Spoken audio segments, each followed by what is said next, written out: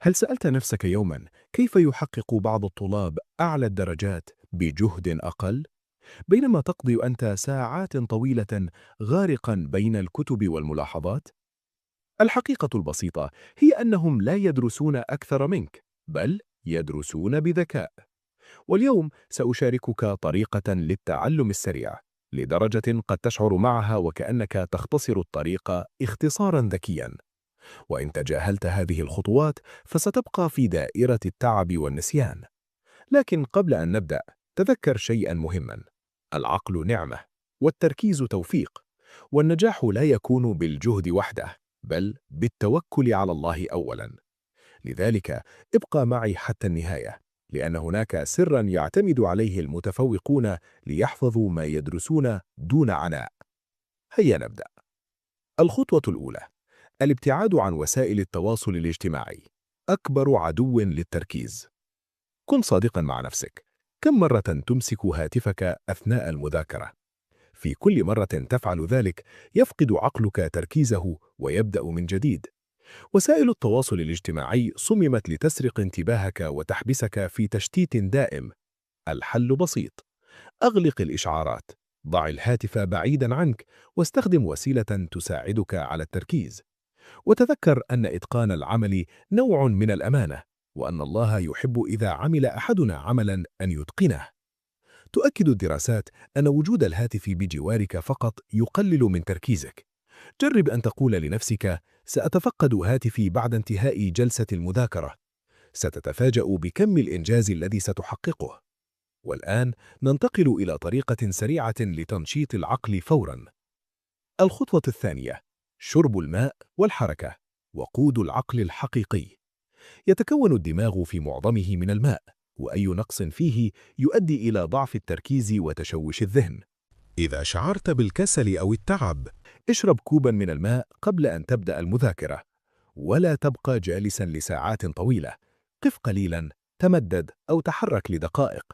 العناية بالجسد ليست رفاهية، بل شكر عملي على النعمة. فكيف نطلب عقلا حاضرا ونحن نهمل أبسط حقوقه؟ الحركة تنشط الدورة الدموية وتزيد وصول الأكسجين إلى الدماغ. اسأل نفسك: هل يمكن لسيارة أن تسير بلا وقود؟ كذلك عقلك لا يعمل بكفاءة من دون عناية. والآن، متى يكون أفضل وقت للمذاكرة؟ الخطوة الثالثة: المذاكرة في الصباح، الوقت الذهبي للعقل.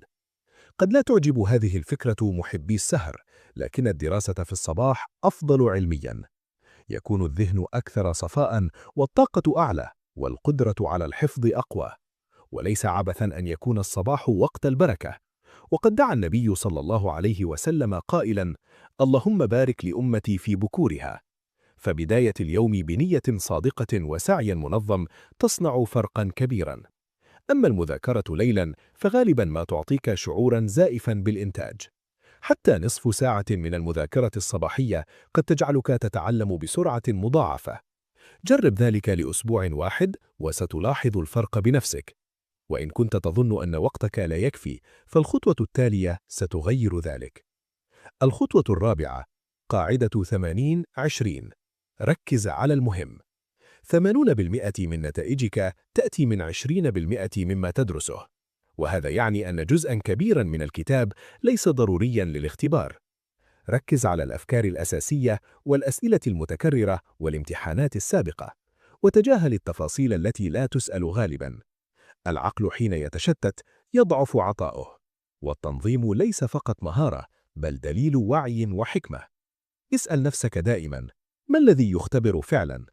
عندما تفعل ذلك ستوفر وقتك وتضاعف نتائجك. والآن، تقنية ذكية لفهم أي موضوع بعمق. الخطوة الخامسة: تقنية فاينمان، الفهم الحقيقي. إذا لم تستطع شرح الفكرة ببساطة، فهذا يعني أنك لم تفهمها جيداً. وطريقة فاينمان تعتمد على اختيار موضوع وشرحه بأسلوب بسيط جداً، كأنك تشرح لطفل صغير. إذا واجهت صعوبة، عد إلى الدرس وراجعه، ثم أعد الشرح. كرر ذلك حتى يصبح المفهوم واضحاً تماماً. العلم الحقيقي ليس في كثرة المعلومات، بل في وضوح الفهم. وكلما فهمت بعمق زاد يقينك بنفسك واطمأن قلبك. بهذه الطريقة تثبت المعلومة في ذهنك ولا تنساها بسهولة. والآن ننتقل إلى حل فعال لمشكلة التسويف. تقنية بومودورو، التغلب على الكسل. جلسات المذاكرة الطويلة ترهق العقل بسرعة. البديل الأفضل هو تقسيم الوقت. ذاكر 25 دقيقة بتركيز، ثم خذ استراحة 5 دقائق. وكرر. ابدأ بالقليل واستعن بالله، وستجد أن الصعب يصبح ممكنا.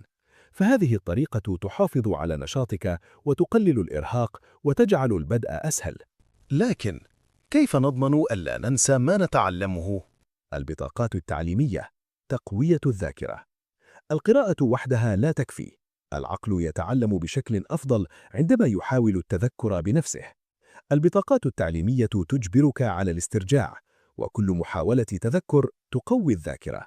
ومع كل مراجعة تذكر أنك تبذل سبباً والنتيجة بيد الله. سواء استخدمت بطاقات ورقية أو تطبيقات رقمية، المهم أن تختبر نفسك باستمرار. وإن نسيت بعد أيام فالحل في الخطوة التالية: التكرار المتباعد. وداعاً للنسيان. الحفظ المكثف في ليلة واحدة لا يدوم. الأفضل أن تراجع المعلومات على فترات. اليوم الأول تتعلم، بعد أيام تراجع، ثم تختبر نفسك لاحقاً. كل مراجعة تجعل الذاكرة أقوى وأكثر ثباتاً. وهكذا مع الصبر والاستمرار ترى ثمار تعبك تتراكم بهدوء. لكن كيف تتأكد أنك فهمت فعلاً؟ تعليم الآخرين. أفضل طريقة لاختبار فهمك هي أن تشرح لغيرك. إن استطعت التوضيح بسهولة فقد فهمت، وإن تعثرت فهذه إشارة للمراجعة. وإن لم تجد من تشرح له، تحدث بصوت مرتفع وكأنك تشرح درساً. هذا الأسلوب يثبت المعلومة بقوة ويزيد ثقتك بنفسك. والآن نصل إلى الخطوة الأخيرة: كافئ نفسك. المذاكرة تصبح صعبة عندما لا تقترن بمكافأة. حدد لنفسك مكافأة بسيطة بعد كل جلسة، استراحة، وجبة خفيفة، أو وقت ترفيه. فالنفوس تحتاج إلى توازن، والله لا يكلف نفسا إلا وسعها. بهذا تربط المذاكرة بشعور إيجابي، فتستمر دون مقاومة. الآن انظر إلى الفرق. لم تعد المذاكرة عشوائية أو مرهقة، بل أصبحت نظاما واضحا وذكيا. تخيل أن تطبق هذا يوميا. كم ستزداد ثقتك بنفسك؟ كنت سابقا أؤجل المذاكرة وأنسى بسرعة وأتوتر قبل الامتحانات. لكن عندما غيرت طريقتي وتوكلت على الله تغيرت النتائج. ذاكرت أقل وتعلمت أكثر وشعرت بالرضا. وأنت أيضا تستطيع ذلك. ابدأ من اليوم وخذ خطوة واحدة فقط، واسعى وستجد أن الله لا يضيع جهد من أحسن السعي. وإن وجدت هذا المحتوى مفيداً ادعمه وشاركنا في التعليقات. أي خطوة ستبدأ بها أولاً؟